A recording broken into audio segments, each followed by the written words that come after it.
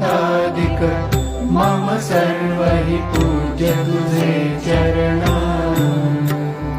माता पितादिक मम सर्व हि पूज्य तुझे चरण। आता माझी सुप्रिय वस्तू नाही तुझ वीण। आता माझी सुप्रिय वस्तू नाही तुझ वीण।